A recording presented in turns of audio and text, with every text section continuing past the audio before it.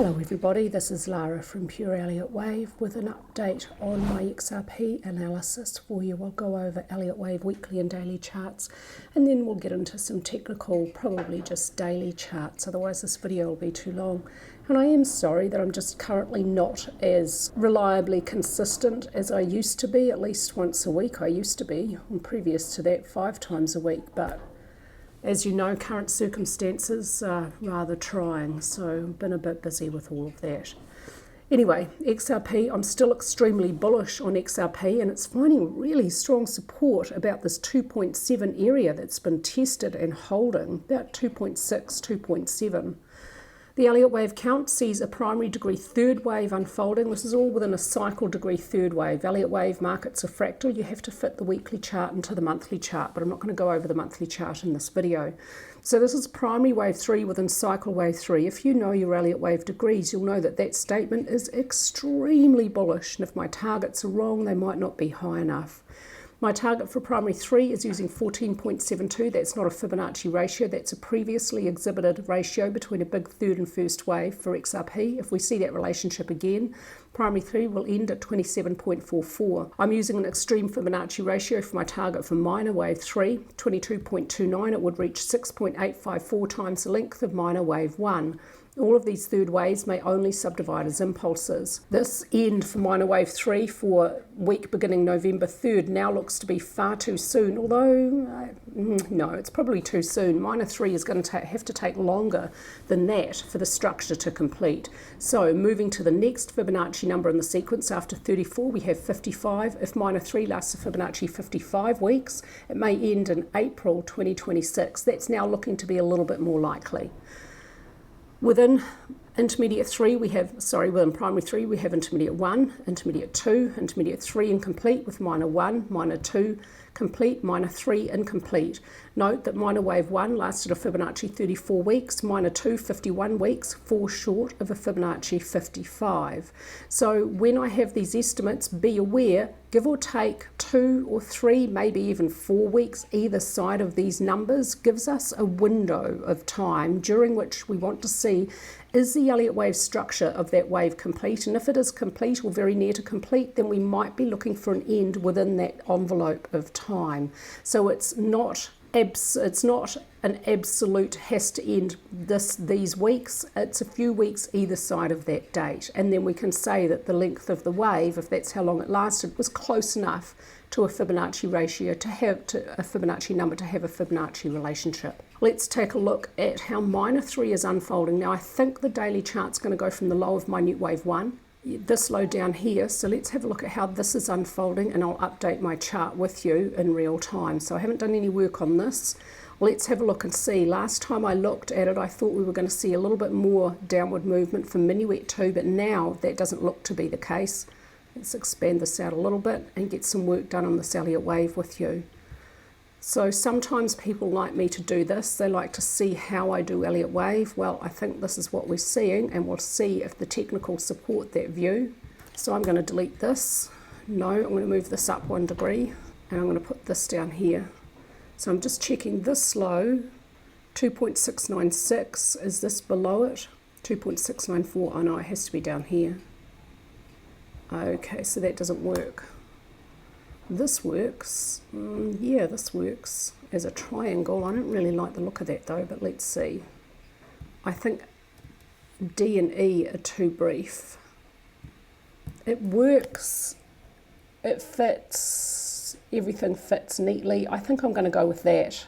Minuet 3 may only subdivide as an impulse, and I'd say subminuet 1 would be incomplete. So let's pull that up. Subminuet 1 most likely to subdivide as an impulse. The only other structure would be a leading diagonal. Either way, whichever it is, it's going to be incomplete. I will move the invalidation point for this wave count up to the low of minuet wave 2 at 2.694 only when prices made a new high above the high of minuet wave 1 above 3.666, because then 3 would have moved beyond the end of 1, meeting that core Elliott Wave rule and giving us enough confidence that 2 is complete in order to move the invalidation point up. For now, it has to remain down here.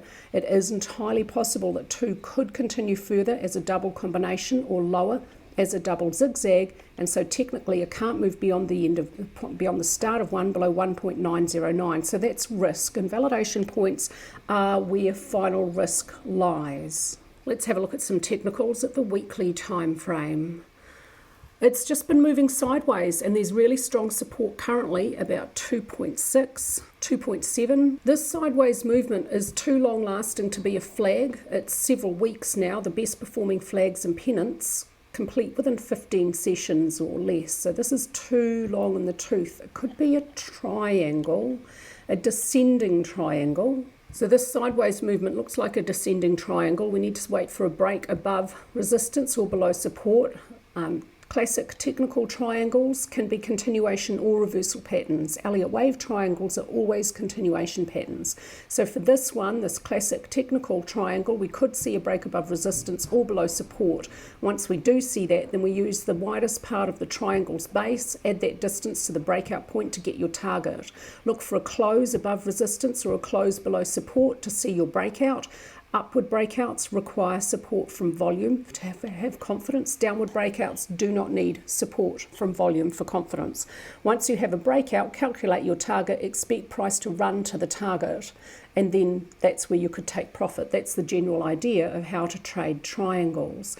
They're not as reliable though as the little pennants and flags, which are continuation patterns, but if you have a strict stop loss management system, then they can be quite profitable if they're traded with good attention to risk.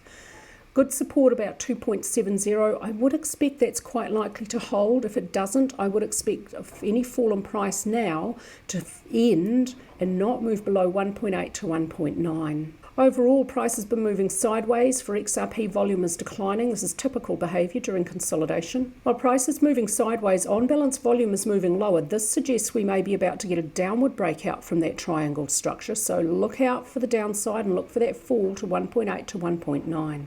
ADX is declining, telling us there's no clear trend at this time frame. RSI is neutral. At the prior all-time high, it exhibited double bearish divergence with price after reaching deeply overbought. The consolidation has so far relieved extreme conditions, but not enough to see RSI move toward oversold.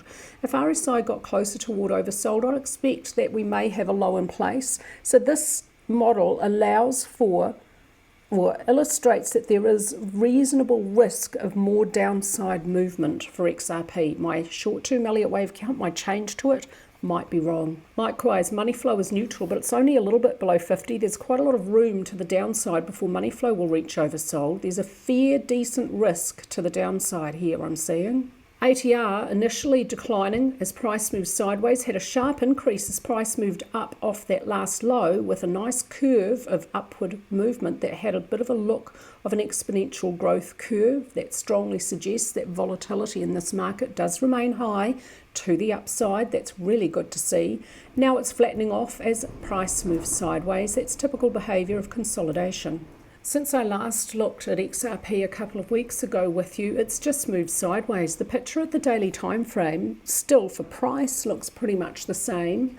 Still with resistance about 3.32 to 3.4 and support really quite strong in the 2.65 to 2.70 area, just this little range down here. If we see a break below that area, then expect price to fall to the 1.8 to 1.9 area. But while 2.7 and 2.65 hold, expect them to likely continue to do so. At this last short-term low within the consolidation, there's no bullish candlestick reversal pattern. A little bit of an increase in volume pushing price higher up off these lows, but we also see increases in volume pushing price lower on a downward swing. So either way, that's inconclusive. ADX is flat at 15. If it rises to above 15, it would give us the strongest bullish signal ADX can give, telling us there's a new upward trend. So watch this one tomorrow.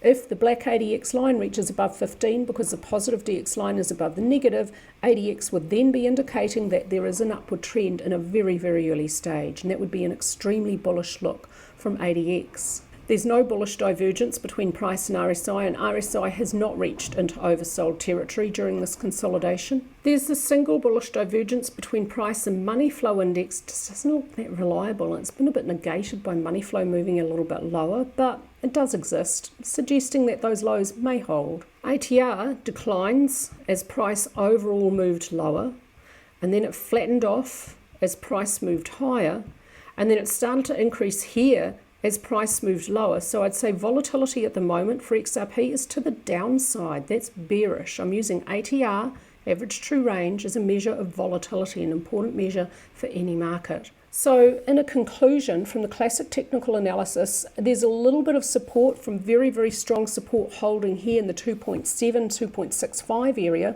That's the best support I can see technically for this Elliott Wave count, but I do see oversold conditions have not yet been met. There is reasonable risk to the downside. I might yet have to relabel my second wave as continuing lower as a double zigzag. Yep, I'm going to say risk is quite significant to the downside, 1.909.